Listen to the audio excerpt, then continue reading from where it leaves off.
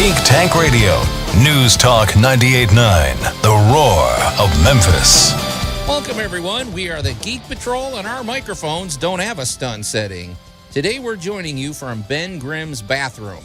Thought I'd revisit this location now that we got everybody in it. There's a sign over here that says Joe was here. Yeah, it's a really interesting location. I mean, a lot of home improvement implications taking place in here. Yeah, well, do your other show there, Joe. Okay. Anyway. Take us to the backyard where the grill lives. Yeah. Anyway, welcome to Geek Tank Radio, everybody. I'm Joe Thorderson here with my friends Brandon Olmstead. Your flush fetish is really screwing up our show. Allan Gilbreth and our buddy Max behind the glass. And, of course, we've got our pal Ned Canty back in the house. Ned, good to see you, man. Good to see you. From the director of Opera Memphis, fellow geek, fellow, he's a fellow fan. Although I'm horrified to say he's not quite, you haven't seen The Batman, have you? I have not. Shame you. I have not. Shame on you, sir. I know. I am ashamed. I'm deeply Captain ashamed. Opera has not seen The Batman. Yeah, he's busy hanging out with the... Well, it's been a busy time. I'll give it to you. I know you're always a busy guy. Yeah. So well, among other when things. you have 3 hours to do nothing else, Okay. jump on HBO Max and watch it. Okay. It doesn't It's still feel in the like theaters 3 hours. somewhere, surely. It's in the might theaters, be, but yeah. Okay. you know, All right.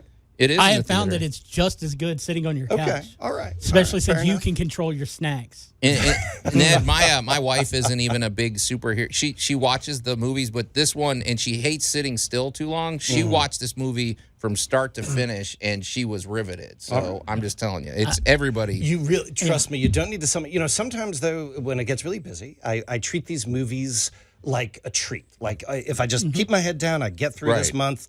I will get to reward myself with something like the Batman. And, you know, I will say that when I lived in New York, my favorite thing in the world to do was to get a bagel with whitefish salad and go to a movie theater like a month after the movie was out and be the only person in the theater and eat my stinky fish lunch while watching the movie alone. That is awesome. I don't know if you could still do that, but No, that but you, is can, just you awesome. can totally do that at home now. Yeah. So we got Ned. He's not here the whole day. But if you want to eat that in a theater here in Memphis right now, go see Morbius instead. Okay. You'd be the only one in there. It would. Speaking of dead plenty of fish, room. and stinky fish. Is that? That movie stinks worse than your salad. Yeah. Well, hey, so later, but we've only got him for a limited time, so we have to make good use of Ned's time. Later in the show, of course, we have another Bad Geek Confession. And Brandon, we were talking off the air. We were talking in our show prep that maybe it's time to just open this up to basically listener mail. That's the way we're going to start approaching the text line. Yeah, we will get into that when we get to the Bad Geek Confession. And the reason we want to open it up to listener mail is because apparently people still don't get the concept of the Bad Geek Confession, but I'll get into that in the second We're hour. going to spell it out. Adventures in Geek Sitting. Yeah. I've already got a name. The logo's being worked on. Okay. We also have a comic book discussion that we'll get to, and we're not gonna tease that too much. But this will be, I don't know if this is our featured event, but it's going to be a pretty wide ranging conversation about comic books. But before we get to that, Max, I know you're proud to properly introduce Ned Canty, so let it roll, man. Surgery in an opera? How wonderfully decadent. And just as I was beginning to lose interest. Fear is our most primal emotion. I don't like this opera crowd. I feel tough. Are you still scared of clowns? I don't know. Yeah. Okay, there you go, Ned. That's your introductory music. I don't know, Max. I didn't know that's that. one of your. I'll be honest. I didn't know that when we went to 2 hours, we were going to become the GTWE. Yeah. That's what you can look for. I anytime that they want to. What's that robot from Futurama? We don't have Ned for long enough for you to figure it out. Hedonism bot. Yes. Anytime you can hear from him is good. All right, Joe, you got to turn in your card, man. We've already had this discussion. Hey, Ned. So your education is lacking. Here in the Mid-South, we are proud of the fact that there's such a huge overlap in the arts, and that there's a dynamic. There's just a dynamic energy out here, and that really goes to the heart of, and especially when it comes to opera, it really goes to your leadership, sir. I would dispute that. I think that goes to the hard work of a lot of people and my nerdiness, but I'll take it. Sure. Okay. Well, among other things, right now we're in the thick of things of 30 Days of Opera. We thought this is kind of a cool, among other things that we want to discuss with you. What is 30 Days of Opera? So 30 Days of Opera is a program we started about 10 years ago. And the idea is that every day for a month, it used to be September, it's now a performance somewhere in the city. A lot of days it's 2, sometimes even 3 performances, and they range from, pop-ups or singing on the side of the street or walking around doing opera karaoke at Overton Square. It ranges from that to short operas, specialized programs, a children's opera, things like that. So it's a pretty wide gamut that we do every year. And we're now, today is, what is today? Today's the 23rd. So we are on day 293. We've now done 293 days of free opera in Memphis over the course of the past 10 years, and we're building up towards the 30th. At the end of this month, it will be 300 days that we've done free opera. Awesome. It sounds real cute. It's like, oh, okay, so they go and they do a free performance. Well, I'm just thinking of the logistics involved in that. And first of all, you got to get the people available. Yeah. I mean, I don't even know how you pull this off. This seems way more ambitious than, it's a lot goes into it. A lot goes into it. And again, that's why I would say the staff is really, they're the ones that make it all work. And mainly my job is just trying to make sure that there are folks in town who see the value of it who'll pay for it. I have a question. Do you have anything planned in the future for that eventual 356th, performance? Yeah. We've talked about it, and no. The short answer is no, because it's day 5 of year 13, and 13 is my lucky number. So we're talking about it. Luckily, we've got 2 years to figure it out. There you go, yeah. Yeah, we got to have something big, but we talk about it a lot, actually. Well, wherever you're going to do it, whatever you're doing, get with us. We would love to broadcast live from wherever you're doing it. All right. You got it. That's a good idea. Yeah, you got it. But it's like a flash mob of opera. Yes. It's awesome. And as I told you earlier, Joe, villain approved. I've already told Ned I volunteer for the poster. Yes. It's, because all supervillains love opera. That is true. It's part of the class. Now, Ned, you've done over 200 of these. What are a few that stand out? Like, what are some that were really noteworthy? Because, we've seen you on the news and stuff popping up at the airport or whatever. But we'll be at the airport actually on Tuesday, I think. Okay. In the new wing of the airport. But I think one of my favorites is one that we are working on redoing this coming Friday night at Trolley Night, and that is Singers on Segways, where we rent some Segways and we just scoot around Trolley Night, and the singers sing from the back of their Segways, and that is awesome. It's just a lot of fun. So many people think opera is really stuffy, and it used to be. There's no question that it used to be, but a large part of the fun that I get to have is just doing things that are a little unexpected, a little out of the box. And Singers on Segways, we did it for the first time, 4 or 5 years ago, and I've been aching to do it again. So this Friday night we'll be downtown doing that. And that Singers on Segways, not to be confused with Reverb in a rickshaw. No, not to be Because we confused do with have that. Very rickshaws different. downtown now. Yes, we do. I'm just picturing leave it to me to think this way, but I'm just thinking. So you get, leave it to me to think this way, but I'm just thinking. So you get, Segways are cool. They're probably quiet and everything. Mm-hmm. Well, I'm just picturing Ned doing something from like one of those horse-drawn carriages or something like that. What happens if the horse suddenly is letting off offensive odors or something like that, and the opera singers can't breathe? It's called live stage. As someone who I'm thinking works of downtown, Seinfeld. I was going to say, as someone who works downtown, so you mean anytime those carriages are in operation? Yeah, have you ever run into any weird snags like that? Not that one in particular. I can't say that we have. I will tell you from many, many years ago in a stage production, operatic in nature, they learned very quickly that my advice, do not put the horse on stage, should not be ignored. Well, that's what I'm saying. There's a lot of there's a lot of things Because right at the pivotal scene, you got upstaged. Wow. Yeah. Okay. Yeah. Unpleasantly. Joe, I Segways. think Chicken Wines really need to do an entire series on your Schadenfreude. Because you're all about everybody's downfall. Hey, Ned, we've had, you know this, organizing an opera is just like organizing an event, and there's always these weird problems that nobody thought you'd be dealing with. You're looking for a cord, an HDMI cord in the middle of a parking lot for some reason, or just whatever. You don't know what's going to turn up. Your soprano swallowed a moth. Right. Yeah, exactly. All of those things happen, and sometimes we had the buffalo charge at us at Shelby Farms Park once, and there was a fence there, but of course the singers didn't realize, there's a fence there. They just saw a buffalo running at them. We had that. We got kicked out of a Target. That was fun. Got kicked Wait a out minute, of a you got Target? kicked out? Yeah, for Can trying we to say sing. Target on the air? Oh, or something? am I Okay. allowed to do that? I We Yes. got kicked Well, out of it's a too late now. major bullseye Here's the question: themed, did it actually happen? yes. Is there a record of it? And then therefore it's true, and they can't say anything about it. you go. talking Oh, about that's it. true. And you threw, Yeah. man, It how'd is- you like that to go on your record? You threw out the opera. Okay, what I was not there, but I saw it. I actually had to call them because I saw it on Twitter. And I saw them basically like looking in the parking lot, looking downcast. All right, a lot of worse things than that happen in the big box stores, don't they? I mean, Yeah. we've heard the stories. That's interesting. Yeah, and we just the other day every year we go to the dog park in Overton Park and we do Opera Goes to the Dogs, Right. and we sing songs that dogs would be interested in. So only stuff about dogs, foods, cats, and birds. And if we could find anything about squirrels, we would probably add that. But the we dogs can, we can love so it. come up with something. Yeah, and so so we will get Brandon, why are occasionally. you smiling that hard? We will get occasionally people coming by That's and just they will beautiful, start man. singing. They will just start going blah, blah, blah, blah, blah, blah, blah, or whatever.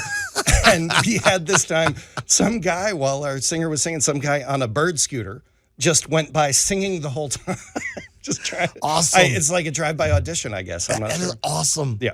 So, Well, if they hit the Well, note, do they get the job? yeah, That's what I they wanna didn't know. hit the One note. of the things that you know, and we all know, singing can be contagious. That is true. oh, there you go. Yeah. But did the dogs ever start howling, or did any? The That would have been dogs- the mark the of dogs success. love it, especially the Sopranos, and sometimes they will join in. Oh, yeah, that's- yeah. oh, that's but you know awesome. that's part of the fun. Like that's why we go and we do it. All right, man.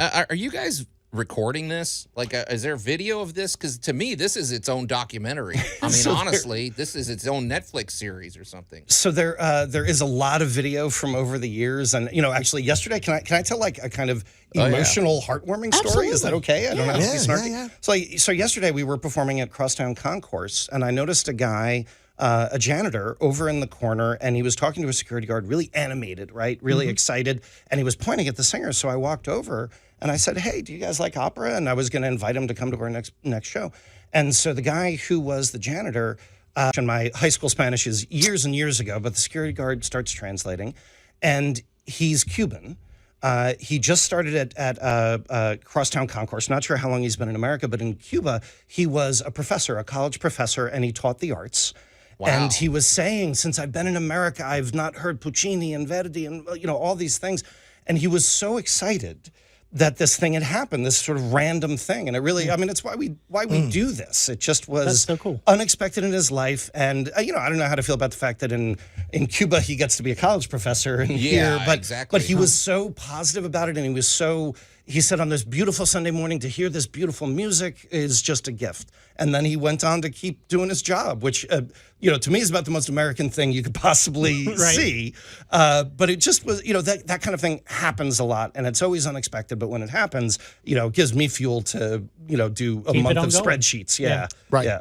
It's reminded me a little bit, and all of us have experienced this. They say the sense of smell is one of the biggest triggers. Like you smell something that you haven't smelled since you were a kid, and all of a sudden it brings back. Well, I have to imagine music is the same way, right? Yeah, I mean, it's music the same is kind of trigger. Absolutely, and all kinds of studies with Alzheimer's patients about how this works and how it gets embedded into your body when you love a piece of music, when you hear something. It just it absolutely becomes a part of your memory in a way that's really, really deeply embedded. Yeah, you guys are the best, man. It's very creative stuff, Ned. This is awesome. So 30 days. Is it end in April? Is it April 30th is our last day. We will be at Theater Memphis as a part of their May Day celebration. And we're doing, actually, if you have kids or grandkids, it's a great children's opera that you can come to called The Playground King. It's about 18 minutes long. And one of the characters, actually one of the singers, Sergio, who plays Todd, he's supposed to be the slightly geekier character. It's a kids' opera, and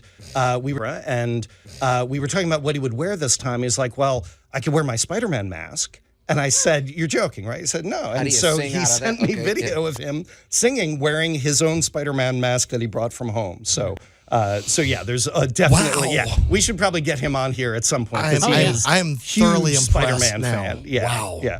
that's interesting. He can project through a Spider-Man mask. Yeah. I'm more interested too that you have an opera that's 18 minutes long because that might be good for the low attention span crowd. Yeah. out I'm there. thinking it's Joe. perfect for Joe. Yeah. Yeah, Ned, I went to the Magic. I've seen the Magic Flute performed a couple times, and by about hour 3.5, I'm starting to get a little restless. But that's And after he it's- wakes back up. That's Yeah. true. But well, this is why we don't do those operas, because I'm no better. Or if we do them, I tell people all the time when the olds complain about, kids today don't have any attention span, I always say, well, have you ever watched your kids play video games for 8 hours straight? And they'll say yes. And I'll say, so what you're saying is your kids actually, have an amazing attention span. They're just not interested in what you want them to be They're interested just bored in. with what Right. you're doing. Yeah. Right. And so our job is to make it as interesting as a video game. That's what I try to do. Ooh. Netflix has proven our attention span is fine because we can binge 10 hours of a TV show, but 2.5 hour movie, we want to walk away, just go home. I never thought of it that way. That's a good point. You can binge watch every episode of The Office and, whatever. Oh, fall 9 down a hours straight, YouTube or- rabbit hole and see if it's not 3 o'clock in the morning and your legs aren't cramped up from no blood flow. So yeah, that's pretty cool, Ned. Hey, Ned, when does the opera season start, or are we in the middle of it? I thought So it's- we're kind of in the middle of the post-pandemic shortened season, and it's going to be a while before things are back to normal enough to have anything you could think of as a regular season. It's probably going to be 23, 24, but I think that's okay. We're figuring it out as we go. We're figuring out what the new world is and Right. how we fit into it. Opera Memphis and follow all the action over there. So we have a website, and that is URL http://www.operamemphis.org. And if Okay. you use your home computer and connect to the internet, you should be able to get there. Brandon made me think of something, but maybe this is a dumb question. But how does someone? There are no dumb questions, Joe. Well, what if you're okay? I'm thinking perfect example. One of our favorite people in the world, Kazuo Oda. She's the lead singer of Kaza. She's the Japanese rock trio that lives here in Memphis. Well, she's a classically trained singer. Okay, well, what if there's people that think, I can sing. I might want to get involved with Opera Memphis. Or how do you become an opera singer, I guess is what I'm wondering. Like, Sure. So to sing in our chorus, you don't need to be classically trained. You don't need to speak Italian or German or any language or anything. You don't need to read music. You just need to want to sing. And we actually have our auditions coming up in early May. So if you love singing, if you sing in the early May. So if you love singing, if you sing in the shower, if you do anything, come on in and audition. All right, we're going to have to post something up about that. Yeah, that'd be great. We would love it. That's huge. Yeah. Yeah, But, because yeah. it's a great way to get involved in the arts. Absolutely, and it's fun. It's a really great community of folks. Our chorus. One of the hardest things over the past 2 years is we haven't been able to do any shows with a big chorus of people, and that's half the fun is getting to hang out with 20, 30 folks. That's part of the life of the company. But next year we'll be able to do it again.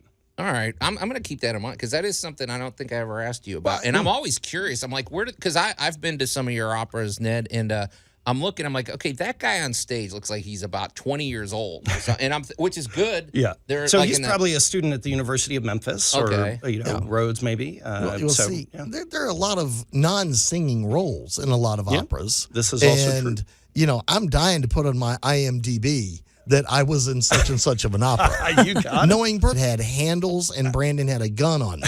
We do need an archbishop next year for I- costumes. I'm done. I'm done. Yeah. I'm done. I'd like it's to sold. go back to Alan's sold. audition I right there. will I be get your to hold a archbishop. gun? Yeah. I will be That's your not archbishop. good. Ned, anything you want. I'll be the dog You got catcher. it. Anything you want. I am so there. That's what we love about Opera Memphis, and plus, I really feel like I said I grew up in what's that? I Brandon's still I love sleeping the fact holding a that gun on me. No, I love the fact that Allan is basically on his knees begging to be in the opera. Man, Meanwhile, I'm sitting here I'm so thinking, there. how do I get these guys to MCFC this year? Oh, that's right. I go, hey Ned, would Come you here. like to do a small performance at MCFC Yeah. this year? Yeah, we're Send me overdue the for dates. that. Always. Yeah, Absolutely. because that was one of our that's how we met you, Ned. You approached us, and that's the kind of attitude that's going on with Opera Memphis, and that was 2013. So we've known Ned for quite a while, Oh my and you've God. always been an out of the box thinker. And I love the way you could say blur the lines between the arts, because like I said, when I grew up in Chicago, there was a very clear demarcation. It's like here's the classical people, here's the rock people, here's Right. the whatever, and here it's kind of a mishmash, right? Yeah. I mean, a lot of overlap. So. Well, welcome to Memphis. Welcome to Midtown. Welcome to the way our communities move back and forth. Yeah. We just got through doing Star Trek Day, yep. Yeah. which had you talk about a cross section of Memphis. We had everything there from medical directors to You had politicians. just people you had wandering down just the street Yeah. that just went. geek collectors. I mean, There's somebody in a costume. What's going on here? I mean, Yeah. to something as lowly as radio broadcasters. Yeah, well, you know. they let them in.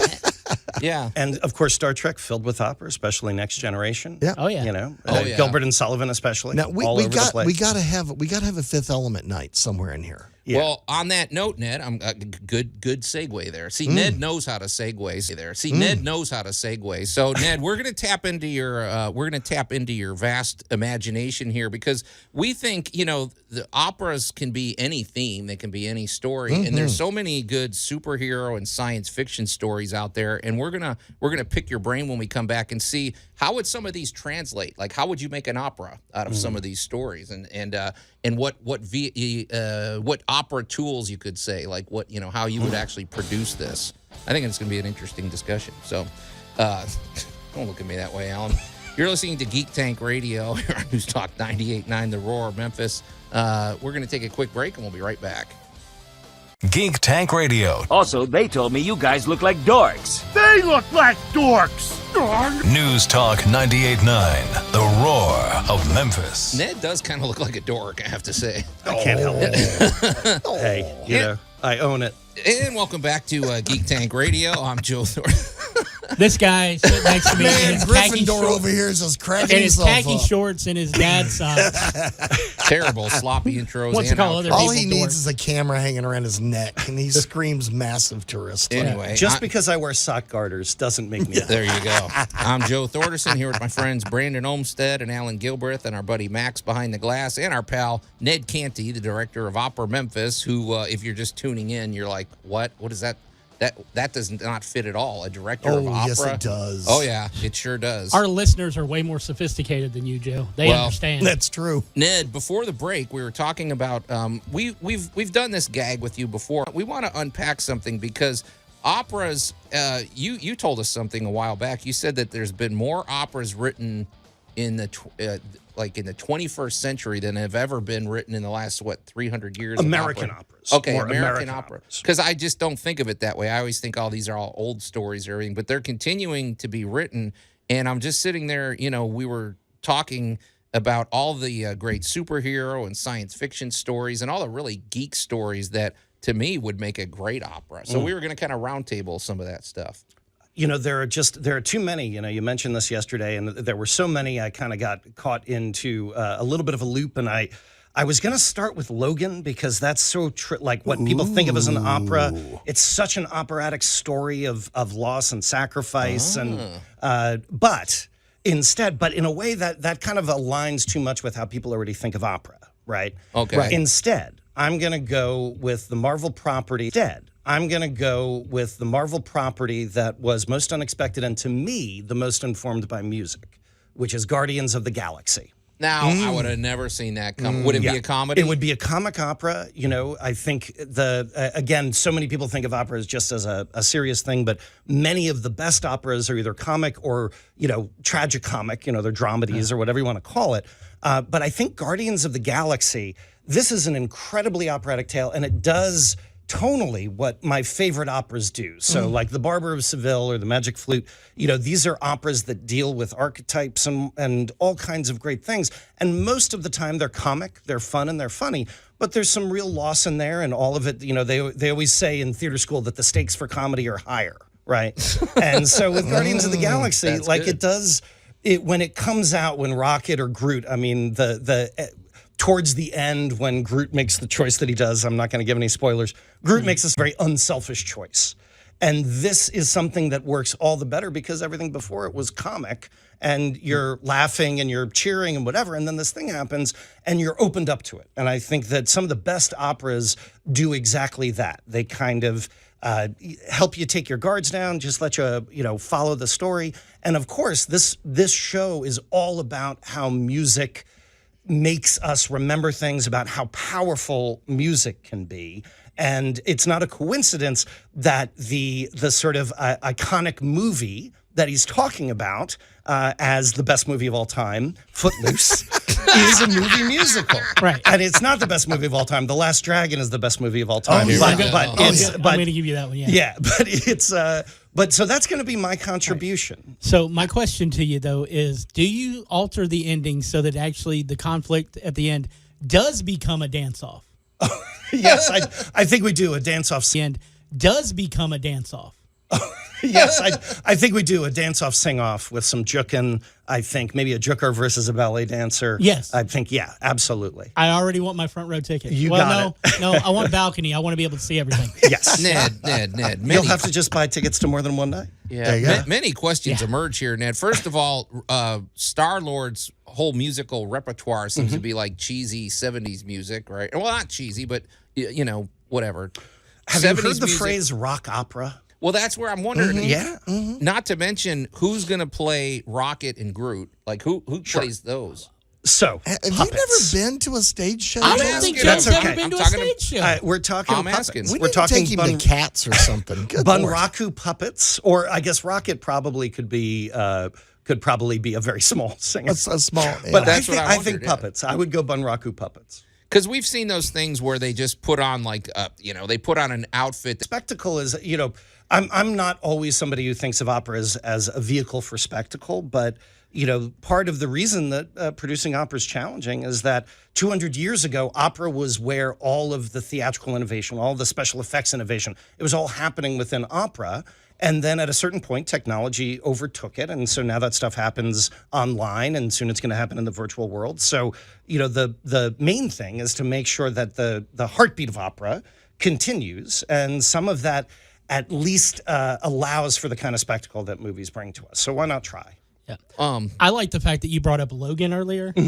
I literally just dropped it and finally got Logan Noir, so I could watch the whole thing in black and white. Oh, wow. And I didn't know they did that. That's it's really good. Wow. So, I mean, but yeah, having just watched it, I see the themes there as well. Yeah. It's more of a tragic opera, but, it's like the last days of the Great Warrior. Yeah. But honestly, right now, and this is something that is seeing it, I'm a Paramount Plus guy. Okay. But watching Halo, and I'm just sitting there, Halo would be an amazing opera. Yeah. It would be. Yeah. I mean, these epic stories, and again, there are lots of ways in which even just the definition of what makes something an opera, the fact that we talk about rock operas and space operas, I don't see the need to there are operas that we can produce, like we can't produce the film Star Wars, right? But so we can't make a space opera in that way, but we can still bring out all of those themes. We can do this stuff in the way that we can do it live, and hope that people find those connections. Why can't we do Star Wars? I have a book. It's William Shakespeare's Star Wars. Have you seen that one? It's great. And I don't know. Could we not? Well, I mean, don't tell Disney they can't do something. There are definitely there's maybe some rights issues, and certainly the Mandalorian is incredibly operatic, and spaghetti opera, I think, is what they called some of the inspiration for it. But I will say the only opera had something to do with Italy. Yeah. So here's what I'm gonna do. Maybe next time I come is I've always wanted to get a petition going. Right. To try to get Disney to acknowledge one part of the former Star Wars expanded universe that was erased recently, right? Okay. Or not that recently, but there was in one of the comics, one of the characters went to an opera called The Passion of Tarkin, and it was basically like the story of Star Wars told from Grand Moff Tarkin's point of view, and the fact that he lost, and the Death Star, no spoilers, but the Death Star does not have a good ending in the first movie. Yeah, so they mentioned it, and it's, so far as I can tell, it's the only specific opera reference, Star Wars Expanded Universe. Well, in Revenge of the Sith, they're sitting in an opera. Well, he said expanded. Expanded Okay. Universe. So this was expanded. Okay, previous. gotcha. And I think that bringing it back is just acknowledging that it could have happened, I think would be a real step forward for the cause of opera. I would see that opera in a heartbeat that because would his be- backstory is pretty sinister. It's really interesting, though. That's a really interesting That character. would be the best propaganda for Empire Strikes Back ever. Holy smokes. So. Yeah. So, Brandon, wait, what was your vote again? You said Well, I want Halo. Halo. But that's not. I mean, there's just so much content right now that would be great opera. Like, instead of the Book of Boba Fett, we get the Ballad of Boba Fett. Absolutely. I mean, there's so many. Well, Ned, the low-hanging fruit that I'm not going to discuss because it's too easy is Batman, obviously. Yeah. And then I mentioned last time the Joker film. However, I think one that could be really interesting, not only story-wise, but musically, is Black Panther. Because I'm thinking of the dynamic is Black Panther. Because I'm thinking of the dynamic between King T'Challa and Killmonger and everything. And I think if they could mix in a little bit of an African type of musical theme, that could be really. You mean like the Lion King? Yeah. Well, something else that's in there is there's definitely a Count of Monte Cristo vibe in that as well. Yeah. Absolutely. There's a lot. I mean, all those themes of betrayal and generational conflict. Othello. I mean, these are the stories we've been telling since we sat around campfires, right? And opera can tell all of them. And so if anybody out there wants to write a check for 6 figures, we will produce these operas. Just it's all about. Now I know the price. Yeah. See, now all I needed was a number. All I needed was a number. The aria of Allan Gilbert. Joe is dreading looking across the screen. Are you going to give us a serious contribution? I Alan? am. 'Cause sometimes I am. you don't. I'm going to look. here's I'm the going to thing, look though. Ned dead in the eye about every theme, every major vignette ever done in an opera is done in that movie in vignette form. I'll take it. Okay. I'm already seeing. Okay, I'm not going to be able to speak plainly about this because already I'm just thinking of some of the crossovers with some of the operas that I've worked on with these characters, especially Harvey Keitel is a very operatic character. Yes. It's the, Mr. Wolf, I want to say. Yes. It's been a while. Yeah. But that's a great one. That movie is nothing but archetypes and vignettes. Yeah. With the overall archetype of swing of redemption. Yeah. Because at the end, there's a resolution to every vignette in it. And now that you brought that up, I want to just throw out the El Mariachi trilogy. Right. Okay. El Mariachi, Desperado, and Once Upon a Time in Mexico. There are mariachi operas. Across that entire, story. Yeah. Yeah. Just watching him evolve through all that, story. Yeah. Yeah. Just watching him evolve through all that. Yeah. And revenge is one of the things opera does best. Yes. Yes. Well, hey, Ned, if we're talking about the realistic production of something like this, yours sounds really expensive. Guardians of the Galaxy, but just for kicks, what are some sort of, tools or devices or special effects that an opera can actually deliver on that might make it interesting or compelling? So. Well, we do a lot with projections now. So, in our opera, The Falling and the Rising, there's an aria where this jump captain is talking about what it feels like to go parachuting, like be in free fall, basically, right? And we had an amazing projecting designer, K. Brandon Bell, who lives here in Memphis, and he created this image that was spliced together from multiple first-person perspectives of people in free fall. And he spliced it together. So as this guy was describing floating instead of falling, he was able to create a video that was sort of timed with that. So we're seeing what this guy is singing about as it's happening. And so there's a lot that we actually can do now that wouldn't have been possible, even 5 years ago, let alone 10 or 15. And then I think, though, that the other thing we can do is, when you have something big to do. You can either do it huge or you can do it understated and simply. And so, the classic thing is blood. It's great to have gallons of blood, shooting around. I'm a big fan Unless of that, you got to that clean approach. it up. Yeah, but, the classic kabuki style is to take a piece of red cloth and expand it out, right? So you are just inviting people to think of it not realistically, but metaphorically a little bit. And, in some ways, the comics are such a visual medium. And the most powerful moments, like the 2-page spreads, often while they can be very busy, often what they're doing is they're taking like spreads.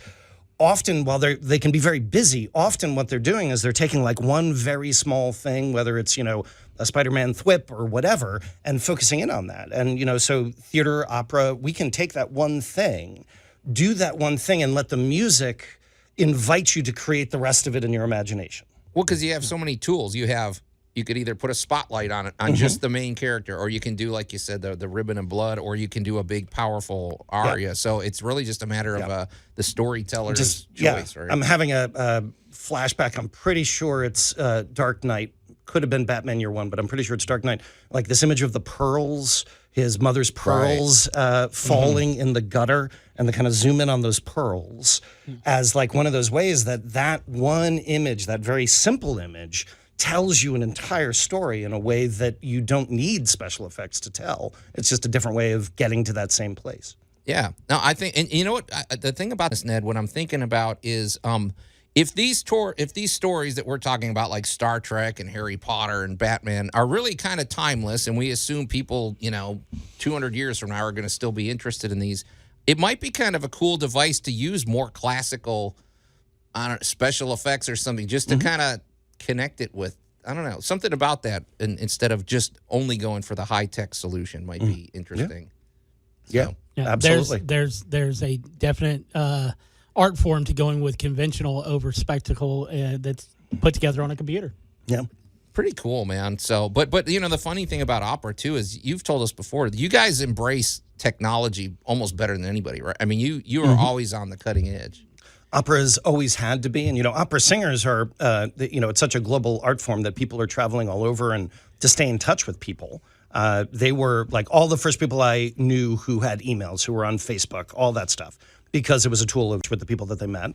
And as an art form, we've had to be able to take these things over, and there are companies like the Met in New York that can spend a lot of money on both projections and hydraulics. And then there are companies like us with a little less money, and we have to focus on creativity and imagination. But luckily it's Memphis. We got plenty of that all over. Oh, that's awesome. Pretty cool, man. So what are the, are people writing stuff like, I guess I'm wondering, are there any themes that are typical in some of the newer operas? Because you told us the one that you just produced about a guy falling in love with his AI, or a woman falling in love with her AI, and all these others. But we're sitting here talking about a wide range of stories. But what is everybody making these days? It would be impossible to classify. I think part of what people are trying to do is tell stories. All of us have had experiences that are operatic. All of us have felt extremes of emotion, whether it's love or rage, or the desire for revenge, whatever those things are, we all feel them. And so what people are trying to do is take those stories and saying, instead of, a king's love, what if it's an elevator operator's love? What if it's an accountant's love? That sort of thing. And so they're just really exploring what makes those lives special. But it would be impossible to break it down. But that's part of the fun. I mean, that's why things have opened up, themes have opened up, and the type of storytelling has opened up so much since the turn of the century that it's impossible to classify. Ned, when are you going to write an opera, man? Oh, I'm terrible at it. I'm better. It sounds very difficult. You know what I'm pretty decent at is trying to get people excited about the idea of writing a check so that we can commission an opera that is set at the Sears Crosstown building, something like that. That's something that I can do a little bit. You just reminded me of something. Okay, throw like the Transformers under the bus or anything like that. Okay, but well, we won't do that, will we, Joe? You know how there's Can you throw a Transformer under a bus? Wouldn't it just turn into a bus? If it's a Volkswagen to begin with, they can go under the bus. Yeah. So what I'm wondering, Ned, is as you're saying this, okay, so we know that there's, back in the day, especially like the 80s or something, like, G.I. Joe or Transformers, they were cartoons designed to sell toys. Right. Well, has there been any operas that you would wonder, okay, what is there? Either there's a real agenda or they're trying to pitch something else. Like, okay. Have you ever seen the 1985 Transformers the movie?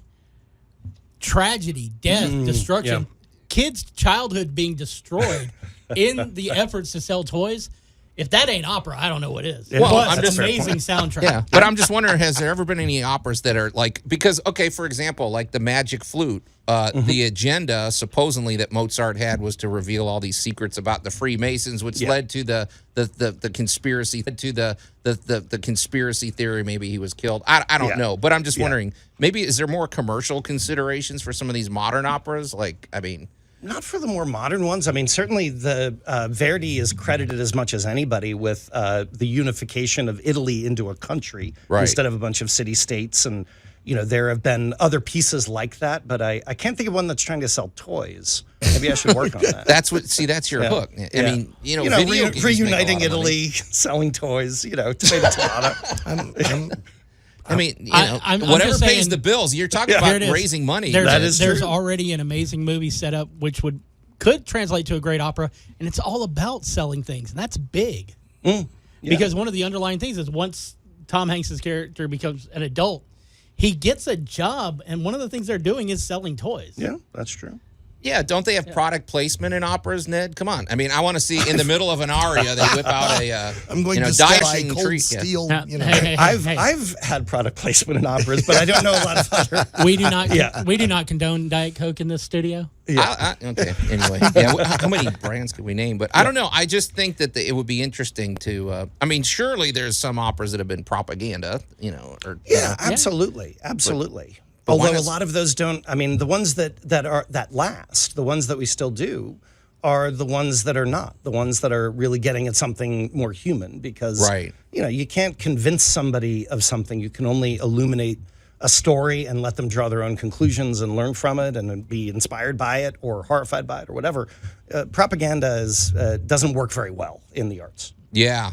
I'm not going to name names, but yeah, exactly. Because nothing irks me more when it's like, okay, are you telling a story or are you just trying to persuade me to your point of view about something? So, yeah.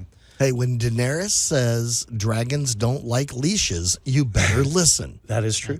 You better listen. That is true. There you go. She's trying to teach you a lesson. Okay.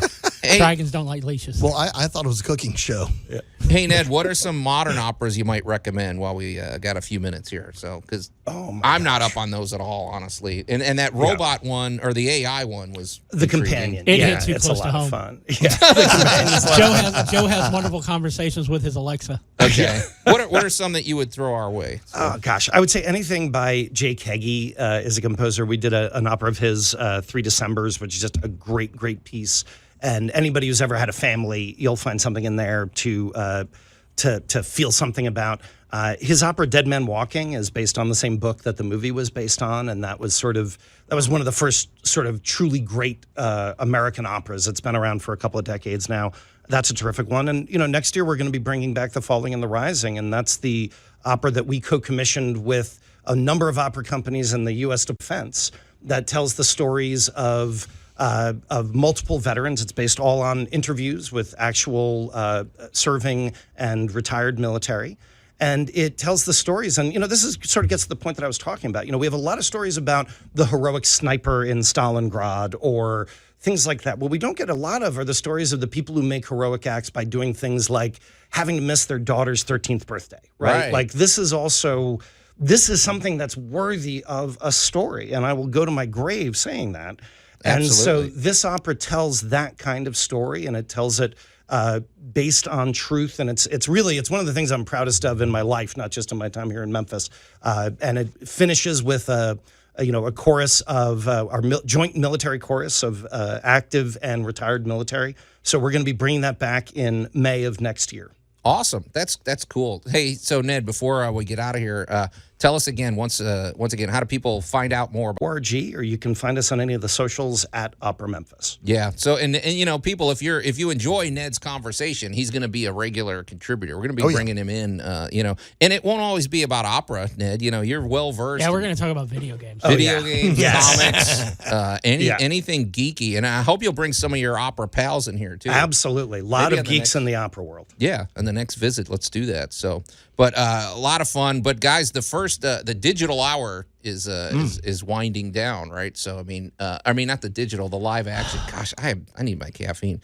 Coming up after this, though, Brandon, we have our online hour of Geek Tank Radio. Our digital hour is coming up in moments for us, and later in the day for you. And other than that, I don't even want to tease what we've got coming. Yeah, other than our, the Bad Geek Confession tirade that I've got. Yeah, Brandon's really It triggered. might get loony. If you want to trigger Brandon, call or text and leave us a message at the Rick's Power Code. Us a message at the Rick's Power Coding text line at 901-683-0989. But until next week, we are the Geek Patrol, and I am Joe Thorderson. I'm Allan Gilbreth. I'm Ned Canty. And for Max Behind the Glass, I am Brandon Olmstead, reminding you that later today, check out our digital hour.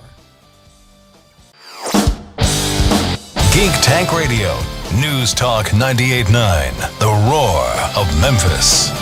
And welcome to Hour 2 of Geek Tank Radio. I'm Joe Thorderson here with my friends Brandon Olmstead and Allan Gilbreth and our buddy Max Behind the Glass, who he got his microphone back. He can Ned had to use his microphone in the last hour, but this is our digital hour, sort of. Probably not good that they give me microphone access. I already have rejoiner access. Yeah, the rejoiner. Well, at least now you can rebut the rejoiners when we go, oh. Yeah, can we put a rejoiner inhibitor chip on this board over here or something? No, we'll take a look. No. Anyway, hey, so Brandon, this hour we got some interesting stuff to discuss, but we also want to just take care of a little bit of business. Or do we just want to see if I can get mad? Well, before we do, I'm all about just stirring you up and turning you loose. Well, he's going to get mad in a second, but part of the reason he's going to get mad is because we had somebody participate as we asked to the Right. They need to go to the Rick's Powder Coating text line or voicemail line. If you leave us a message or you can leave us a voice message or a text message any day of the week, really, and with Bad Geek Confessions, which is what we were really calling for. But, Brandon, we're going to open this up as well, too. Do you want to explain it now or later?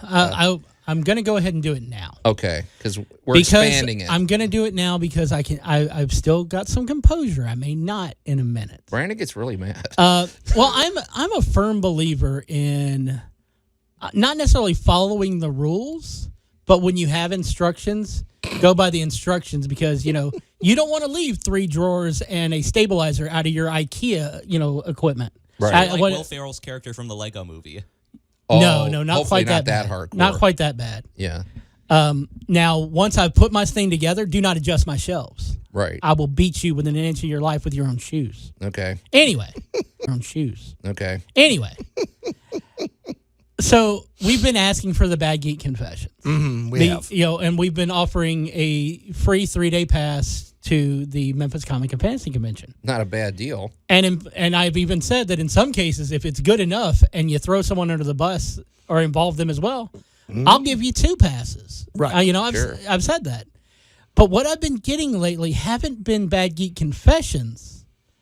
But they are. There are gripes, there are rants, there are worries, there are your typical soapbox moments. I think this one's on the fence, though. It could go either way. No. But, this is not a Bad Geek Confession because this guy, it isn't to be a Bad Geek Confession. It shows how you're a bad geek, and when you're doing something that 85% of geekdom was doing at the time, it's not it's not one. Okay. Like, if, their Bad Geek Confession was, it's not a Bad Geek Confession. Okay. That's a geek expectation. I would think you would. It's like, I always make sure to stock up all the supplies before I go to Rocky Horror Picture Show so I have exactly what I need for that. But I do it months in advance. That's not really a Bad Geek Confession because that's what most of the people who are going to attend do. Again, a geek expectation. Right, an expectation. Okay. So rather than leaving this as just Bad Geek Confessions, I am going to open it up to the Geek Tank mailbag. Okay. And I don't care what the thing is. If it could be like a praise of some, like science fiction author. It can be showing me pictures of your amazing collection of Star Wars figures from back in, the 80s. I am fine with any of that stuff, and there are still going to be options for you to win passes with those things. Well, let's just throw it out there, Brandon. So if you send us something interesting, that's what I'm trying to do, Joe. Yeah, don't mess with me when I'm enraged. No, but I'm happy to kick in. I'm happy to kick in prizes. So right. We'll throw in Brandon. the prizes. So right. We'll throw in Brandon. So there might be certain times when Joe comes in and says, "I've got this really cool engraved, Janelle." Autographed Janelle wood piece. Stevens, right? Yep. Which I do have some and of he, those. and he wants to do, give away one of those. We might do something like that. You never know what your prize is going to be at this point. Okay. But one of the things I'm looking for, and this feels more like this would have fit into what I will refer to as the Geek Tank gripes. Okay. And this is when our listeners have something that they were sure was going to happen in geekdom, and they got really remiss because it didn't. Okay. All right. So here we're gonna dive into this one, and this individual has asked not to be revealed. Identified. Correct. Right. Okay. So, dear GTR, I like reading Spider-Man and X-Men comics, but back in the early 90s when I was a teenager, I also bought every variant cover from DC Image title released. Sometimes I bought several copies of the same comic. I never read them, and in many cases, I didn't even like the artwork.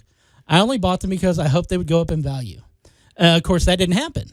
Now I kind of hate these comics, yet I can't bring myself to get rid of them. Now, see, this is a gripe, and this would have been something. No, this is definitely a gripe.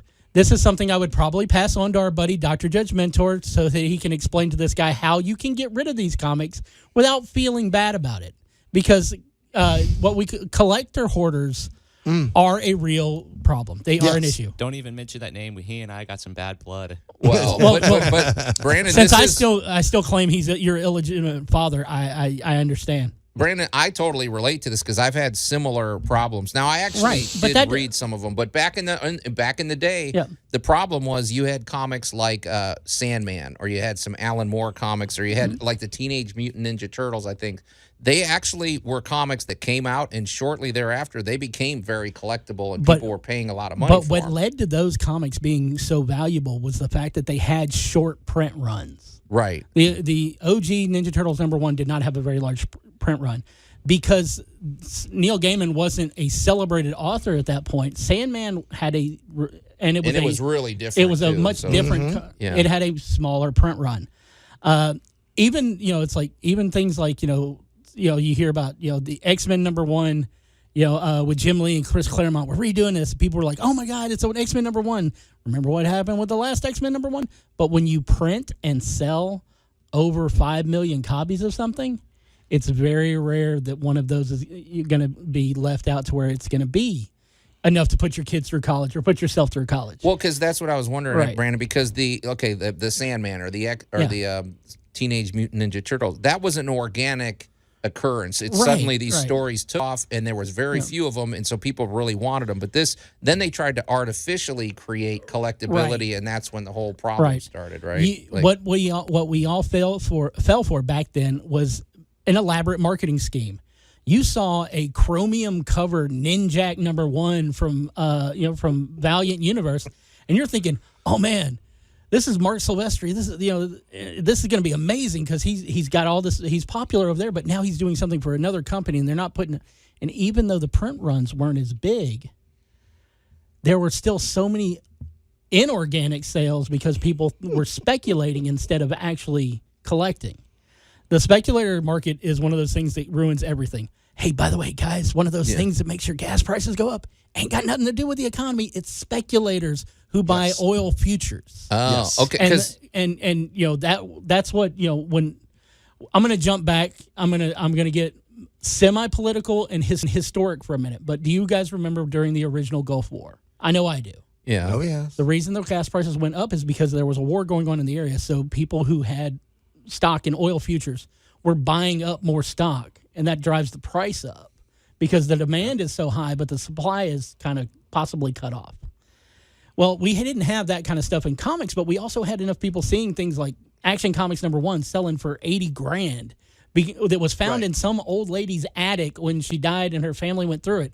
And it's not even in that great a condition, but there was somebody willing to purchase it for that. Right. That was Nick Cage. Anyway, and so they see this and they see how much their baseball cards were worth, if they had kept them. Right. And all these things. So people start buying up which would have normally been a child's collectible, a child's entertainment, thing.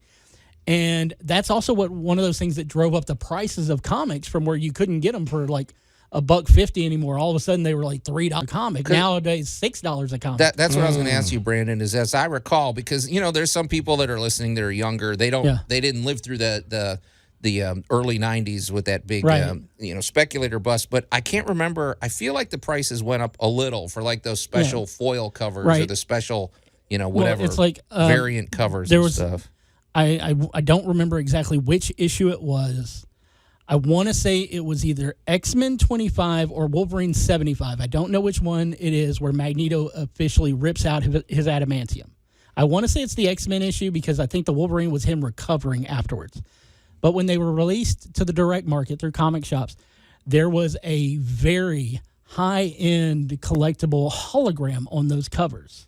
Right. It wasn't even the cover itself. It was literally just the same size as your normal, collectible card. And it was like this new technology holograms. They were amazing looking. It was like $5 for that comic. But if you bought the newsstand edition that did not have that card on it, it was like $2. Right.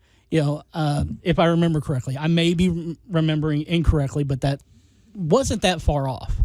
If you bought, but nowadays, if there's a variant cover, usually the mass market is set where you can actually just order the cover you want through Diamond or someone like that. But it had gotten to a point where you were having to buy, if you wanted the special cover as a retailer, you had to buy 25 copies of this or 50 copies of that, and then you got one of those special covers. So those would definitely sell for like $25, where the regular comic was selling for $3.99.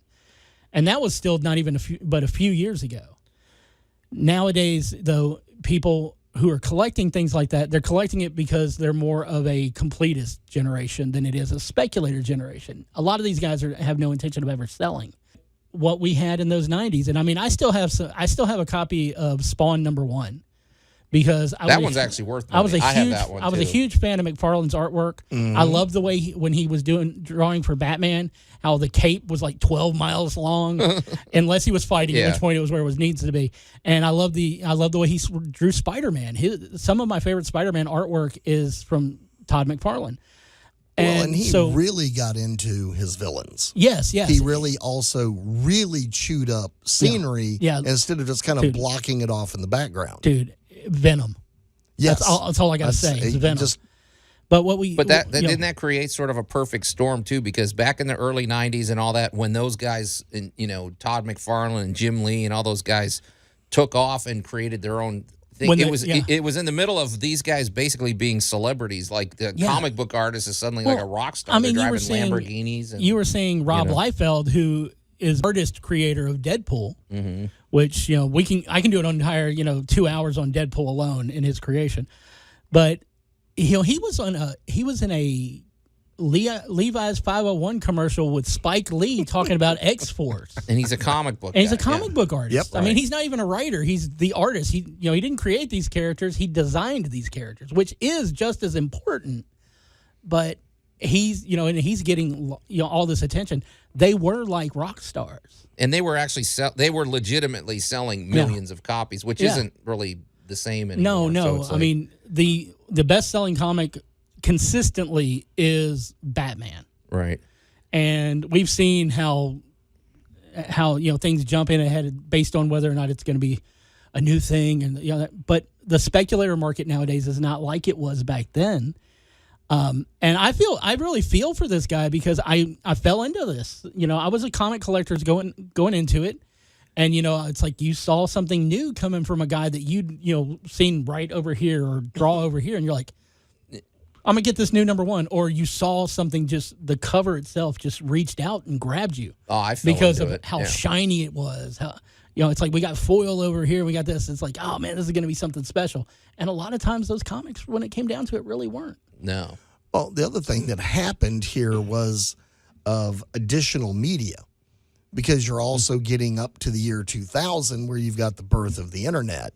And good point. And well, what you had was a rise of media and a rise of personality.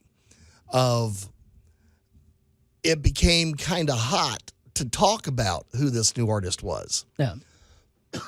Previous generations, as we've pointed out in this show 100 times, in previous generations, the most fabulous artist of the creation of a certain character be buried for decades. Yeah. Before they get like Jack Kirby didn't really get as much. There were a lot of these people that were simply employees. Yeah. Now the new generation of people came in a little more media savvy, a little more media adventured, and they were there as part of their own contract. Oh, yeah.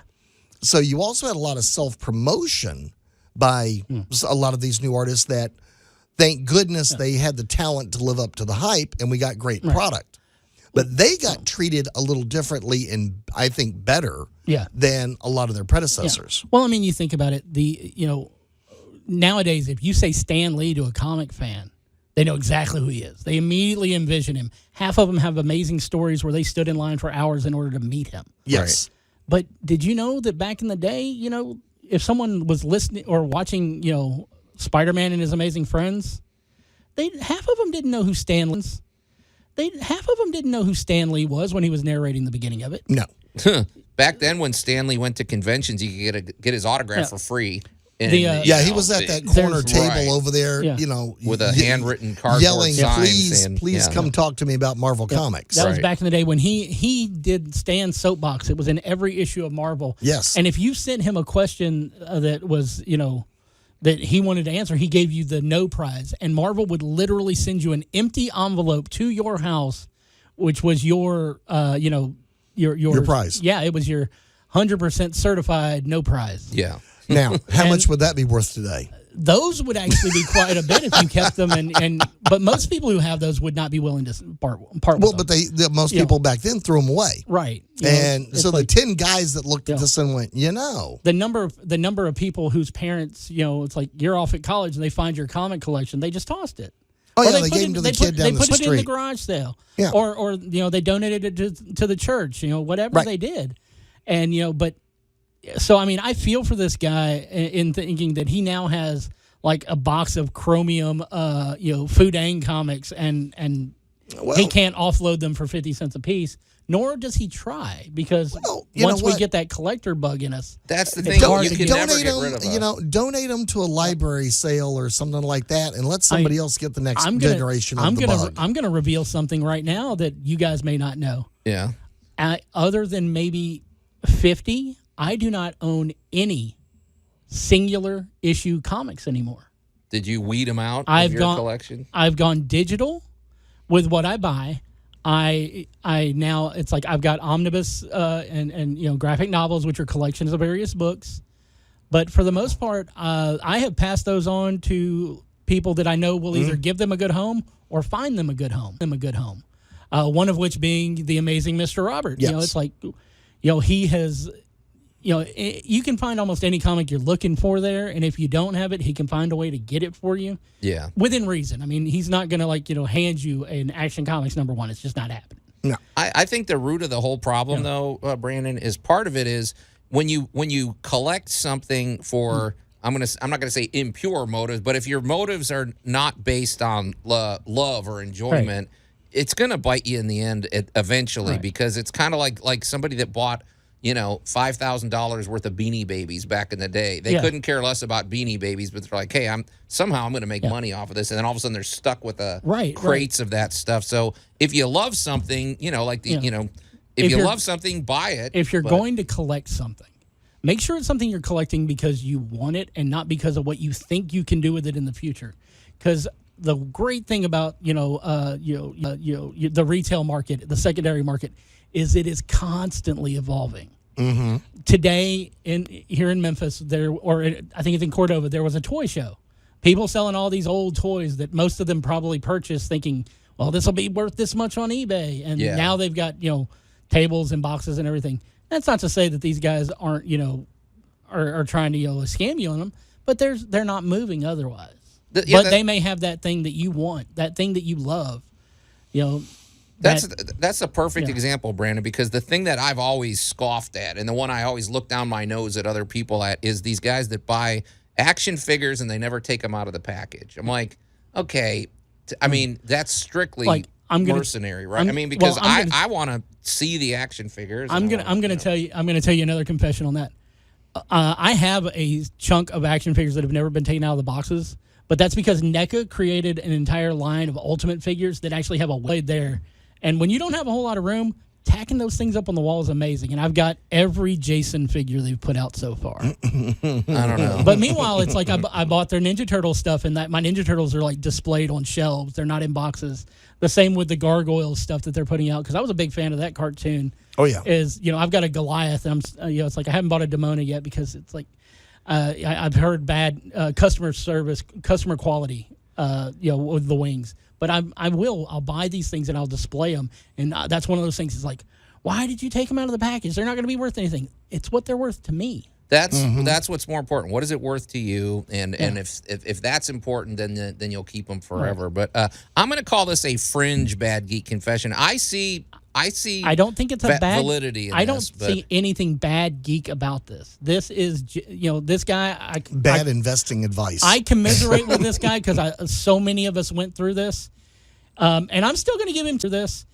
And I'm still going to give him 2 passes to the Comic Con in November. Oh, well, that's very generous of you. Okay. Well, because he gave us something that did give us what we needed. Well, a good conversation. So let's just remind everybody before we hit the break that if you want to call or text us anything, it doesn't have to just be a Bad Geek Confession, although that's what we would like. Send it to the Rick's Powder Coating text line at 901-683-0989. And if it's interesting, we'll read it on the air, and we'll probably unpack it, and we'll give you some free passes. But, Brandon, one thing this did lead to is maybe a discussion about the comic books, the future of comic books. I'm all for it. So we're going to unpack that when we come back. You're listening to Geek Tank Radio here at News Talk 98.9 The Roar of Memphis. We'll be right back. Geek Tank Radio. God, leave us. News Talk 98.9, The Roar of Memphis. How many times have I wanted to say that here? But anyway, welcome back to, I don't even know what that meant. Welcome back to Geek Tank Radio. Are there security guards here? Maybe.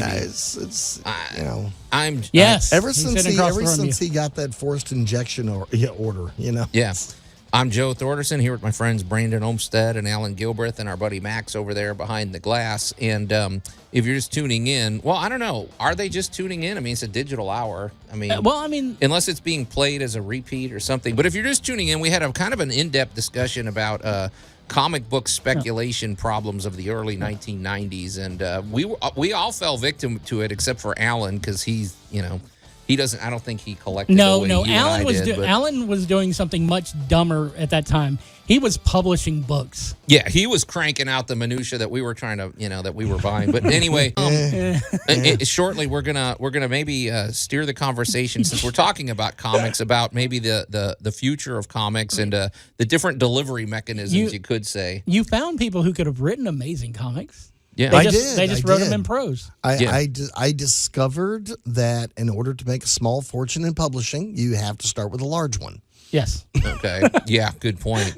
But hey, guys, before we get to that, we would be remiss if we didn't at least weigh in on episode 4 of Moon Knight, because it seemed to me a bit pivotal, and it really, I thought it was very interesting. They call him Mooney because it rhymes with loony. We're finally getting to the meat and taters. So here we go, Brandon, because you've said, and we're going to deal in spoilers, folks. So if you don't want to hear this, tune out for the next 5 or 10 minutes. In case you didn't know, he's nuts. Yeah. All right, there you go. Well, because the you whole series is spoiled. You might not know that initially. We know he's got a split personality. That doesn't mean you're nuts. But oh, really? Well, I mean, that doesn't mean you're nuts. But oh, really? Well, I mean, it doesn't mean you're that would insane. be the worst case of being bipolar ever diagnosed. Okay, Joe. but there's that, and then there's the Joker nut. I mean, then there's somebody that's just living in a totally imaginary world. That's not the same as a split personality. You're in the wrong comic pantheon. Come back to the MCU. But anyway, Brandon, tell us what we saw. Well, and we already gave our spoiler warning. I can't leave this alone because you guys have started it now. So I want to do it real quick. Okay. There are various levels of insanity and various diagnoses within them. Yes. Joker is a psychopath with who cannot grasp reality. Moon Knight is a psychopath who cannot grasp reality with multiple personalities. But I say those are distinct. But go ahead. Well, because if you have multiple personalities, you're forgetting what you did the rest of the day. But it doesn't mean you're insane. No. That is dissociative identity disorder. And that is not the same as multiple personality. Yes, so we saw Mark / Steven without any kind of Khonshu influence. Right. And Leia, they went and they went to find Amet's tomb and everything, and we got some amazingly detailed, Egyptian artifacts. Yes, we got to see King Tut's or Alexander the Great's sarcophagus, and we got I thought to see, that was the most interesting part. That was so cool. The notion that he would be married or buried in a like a pharaoh's tomb. That was interesting. Yes, well, he was a Macedonian. Yeah. So it was, and to watch Stephen get excited about what he was finding. Yes. And then, of course, to see Harrow and Leia's discussion when they're on either side of the pit. Yeah. And, the whole situation, leading up to what was the twist ending that so many people who don't know the character had no clue was coming. I'm sitting there through bated breath, and as soon as we see Stephen get shot, I'm just like, it's going to happen, it's going to happen. And then he wakes up in the White Room. Yep. So he wakes up, and we're wondering, okay, did this whole thing take place in his mind? Yeah. But then he encounters his other. So it's Mark Spector and Steven now is who we're seeing. Yep. And they running through an insane asylum. And they are both trapped inside his mind. Mm-hmm. The insane asylum is his brain. Okay, because Allan, you've said it. Mooney is loony, right? And by the way, he has nothing to do with the Marvel version of Batman. I don't know where that comes from, but I didn't say that. No, I said no. come I back didn't say to you the did. MCU. But No, they've called them that. There is a lot more. It's involved here, based on he's a mentally challenged character. However, Moon Knight dwells so far. The character, the costumed vigilante Moon Knight strikes fear into the hearts of those who would do wrong, and he's a supernatural Batman. He is. That's just the way that's what his whole basis was in the old school comics. His modern Marvel identity is much different. I suggest doing research, and if at all possible, find Kimberly Richardson wherever she is and sit down for a 2-hour discussion. You'll know exactly why Moon Knight and Batman are so and you'll similar. get some nice tea. Yeah, Okay. yeah, she'll take care of you. Yeah. But what we're going to do Kimberly's is we're going to great. get back to the show. Yeah, because I had a few questions for you, Brandon, Okay, too. I'm cool.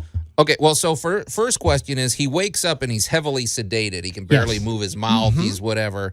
And so the doctor that's interviewing him is supposed to be, what's his face? It's Ethan Hawke's character. Harrow. Dr. Harrow. Okay, and then now he's just a clean-cut doctor talking to him about whatever. Yep. Well, And you find out that Stephen Grant is a character on a VHS, direct-to-video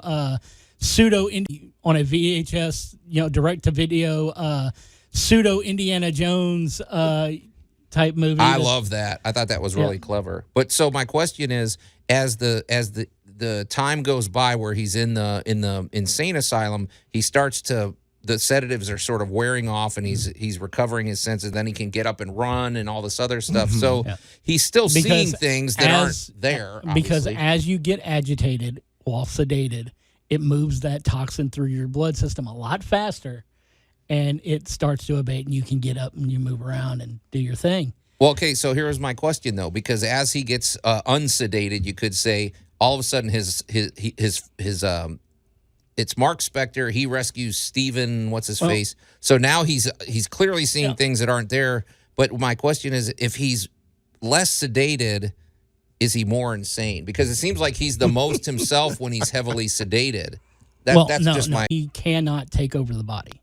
Okay. Because the body he's basically bleeding out. Right now, if there's any justice in this entire series, Jake Lockley has taken over the body. Well, who's Jake? Because Now, we haven't seen him Jake yet. Lockley is a third personality within Mark's head who is very different. Now, you saw, I think it was in episode 3, where Mark and Steven are back and forth over the body, and then they both kind of black out, and when they come to, there's bloody people all around them, and Mark asks Steven, "What did you do?" And Steven goes, "It wasn't me." Oh, that yeah. alludes to Jake. Now, Jake, when it comes down to it, Jake is your basic everyday thug / cab driver. Mm-hmm. But he's also the one of them that would not. He's not gonna fight with mercenary strategy and training, and he's not gonna fight as he's street level. Yeah, it's like you got fight or flight. Fight is Mark. Flight is Steven. Jake is just going to take care of business. He's a brawler. Getting the job done. Because the one clue for those who are watching this, like, I didn't know a lot about Moon Knight. The best way to tell when Jake takes over is he puts on a hat. Well, Brandon, one of the things you see in the closing credits is they show Oscar Isaac's face, and it's split into three, like it's three faces. Yeah. So I'm like, okay, well, where's that third one coming from? So we're finally going to start seeing that. So, all right. So who's trapped in the sarcophagus? Now, because I think it's his third personality. I don't want to say that Jake is in that sarcophagus, but with the way that it was raging to get out, it could be Jake. It could be the fact that he's never really been able to get tapped into correctly. Mm-hmm. He's kind of the rage. He's their Joe Fix-It for Hulk fans. My other theory is that he's kind of the rage. He's their Joe Fix-It for Hulk fans. My other theory is that it's Khonshu because he told Mark that, he told Steven when he was doing the thing where they turned back the stars that he's like, tell Mark to release me. Now, that is going to come down to the fact that, because one of the theories that's always gone through there is that he's not really possessed by Khonshu. Khonshu is a fourth personality, and that's his meta personality, basically. That's where his power comes from. From what you're saying, it sounds like even the comics don't give you a definitive answer. Is that right? So you could be reading for years Moon Knight and you just don't know, right? Right. The basic underlying here is, unlike completely well-developed characters, we know we'll pick on Batman for just because we always do. And it's this poor guy's trip to whatever redemption he's trying to achieve. Yeah. All right, cool, fine, we got all that. We don't have that with this guy. We have a guy, let's just say, pick any one of these three personalities was his birth personality. Or none of them could be. Or none of them. But you could pick any one of them, and somewhere in the trail, you have these basic disconnects and basic mental failures. And yet, this character is imbued with a certain amount of power, exists in the world of reality, at least as far as the other characters around him are concerned. And, now you just have... I'm going to quote Douglas Adams for a second. You have a rigidly defined area of uncertainty. That's a pretty good quote. I'm going to put that on a T-shirt. That's a pretty good quote. I'm going to put that on a T-shirt. That's pretty good. I'm sure it already is. It is. Yeah. It is. It's not an original quote, but this is one of the best character designs that truly embraced that idea. See, when you guys describe Moon Knight, I thought that would be interesting. And in the first 3 episodes, I wasn't seeing that aspect. And all of a sudden, when this happened in the 4th episode, I really got interested because I'm like, I like the notion of pattern. Yeah. Right. I like the notion of this could go anywhere. And I like the uncertainty because it's sort of like the Joker movie where everybody has their own interpretation. What was one of the things I said going into this? Is that we weren't really going to hit something that you're going to want to talk about until we got at least halfway through. Yep. That's what it always is. Yeah, that's their formula. That is their pattern. They're very good at it. Disney, if nothing else, is excellent at understanding the human attention span pattern. Well, and I can say as an outsider who had I was not emotionally invested in Moon Knight one way or another episode, they hooked me. Right. So Are you that's probably the character? That's what I want to know. Are you truly enjoying the character? Now I am, because now I want to go back and look at all the other episodes again now that I know this. So. What I would do if I was you right now is I would go to Comixology or Marvel Unlimited and see what they've put up recently, because they tend to flood their digital stuff with stuff about characters as they're becoming popular amongst people. A lot of people had no clue about Moon Knight going into this, but now they're like they're chomping at it. Okay, right. So I mean, it's time for the outer screen education.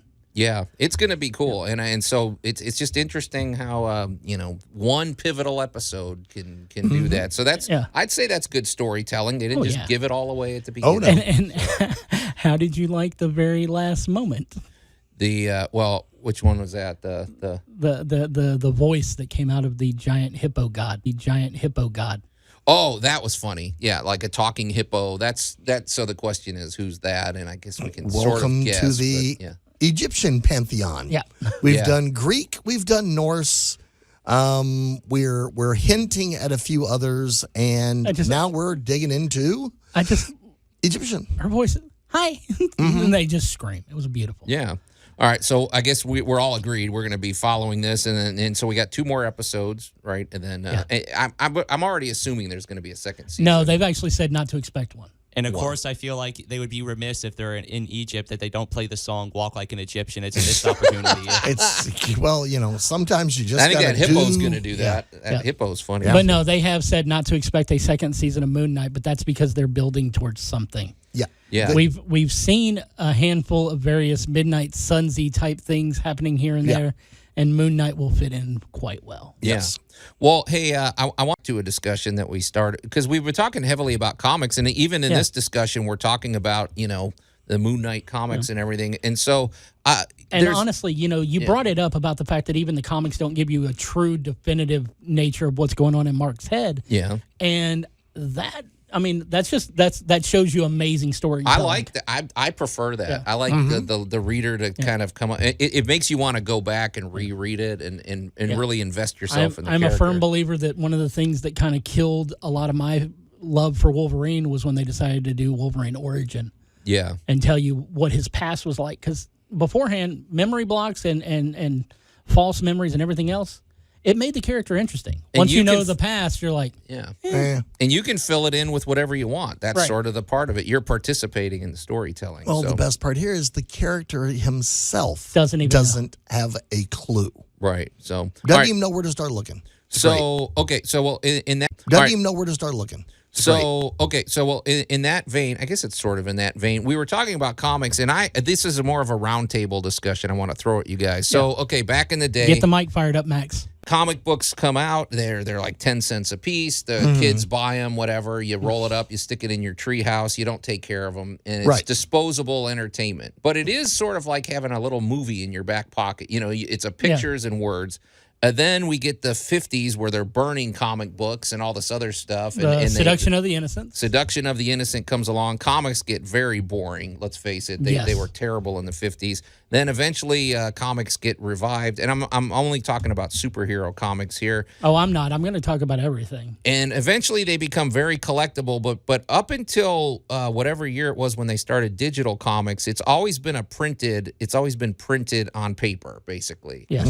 Okay. Well, over the time, what I'm mostly zeroed in on right now is the fact that the future seems to be digital. It seems like we're going to get digital stories more often than not. And one of the things I hear about digital comics, I don't read them myself. I still read the actual comic books. But Brandon, you're more in tune with this. I hear people that will complain about the actual reader device itself. And I had an idea that maybe, that approaches it looking at the delivery mechanism. Well, I'm not. We've discussed this a little bit off the air, and I think your idea is actually, which we'll get into here in a minute, I think is a really good idea. But a lot of people who talk about don't like the reader, they don't like this, they don't like that. It really comes from that inability or unwantingness to change.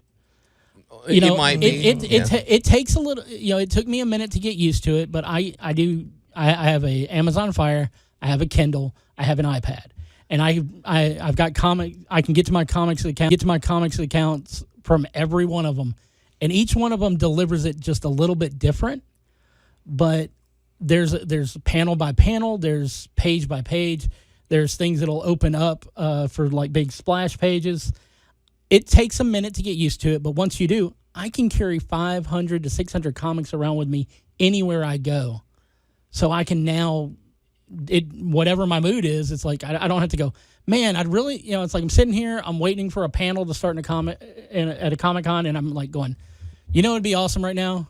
Reading a few issues of The Walking Dead. Yeah. I just have to hit a button on my phone. Well, my thing is, obviously reading a comic book on your phone is never going to give you the same tactile experience. So my thought was, you were talking about how how Warner's and Discovery is going to revamp everything. Right. And of course, we know Disney's got big bucks, and if they're serious, they can revitalize Marvel Comics and everything. My thought was, what if they created a reader that is only for comic books, and it's strictly to better approximate the experience of reading a comic book, I was almost picturing, Brandon, something that's the same size as a comic book with 4 screens on it. Maybe there's a hinge, and you actually open it up.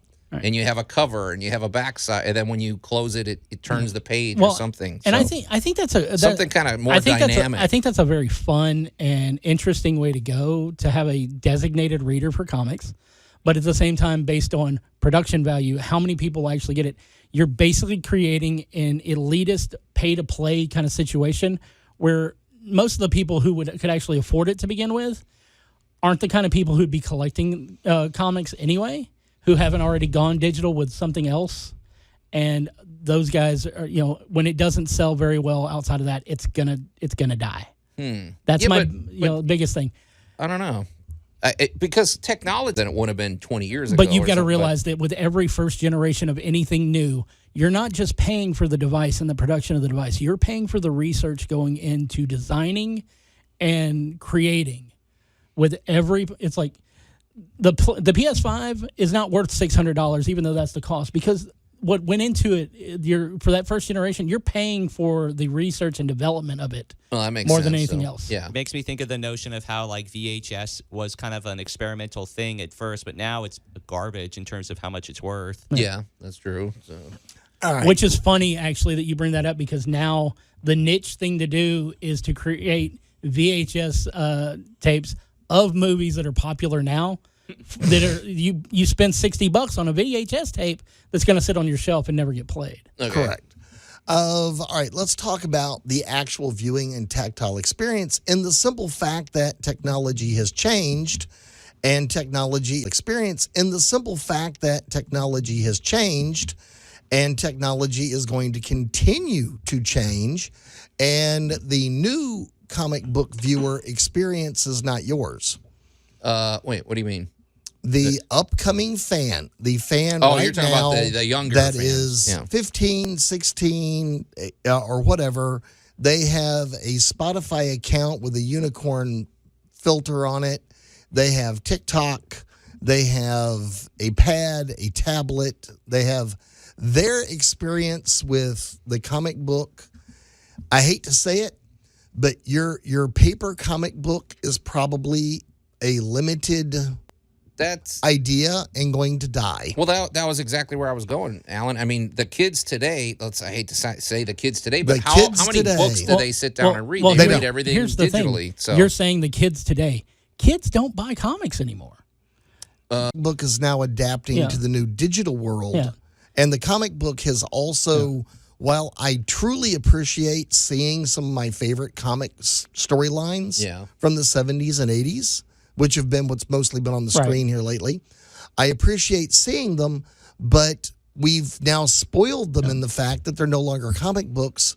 Comic books are just the layout for the movie. Yeah. But Brandon, what if we had a digital reader that could download any comic book in history or something? I'd buy it. I have that. It's an Amazon Fire. I can do anything and everything that has been digitized by the Warner Archives or by Disney and Marvel. I can get a hold of in 2 seconds. The biggest problem with that is those prices are not any cheaper just because you don't have a physical copy. Because one of the deals, they made with retailers of physical comics is that they would not release digital copies for cheaper than what you're getting. Now, a few months after they're out, you can get them in sales for like $1. But so it's eventually cheaper. We have the people who would have bought your amazing digital reader, we have priced them out of comics over the years to the point where they don't even care. And it's sad because eventually the last generation of comic buyers, as far as physical comics, are eventually going to die. Yeah, it's interesting. I think this is we're living in a pretty interesting time in terms of comic book history, because how many times in the past have they thought, well, comics are dead, superheroes are dead, and yet something happens and boom, revitalized. So this is definitely a conversation we're going to have to revisit.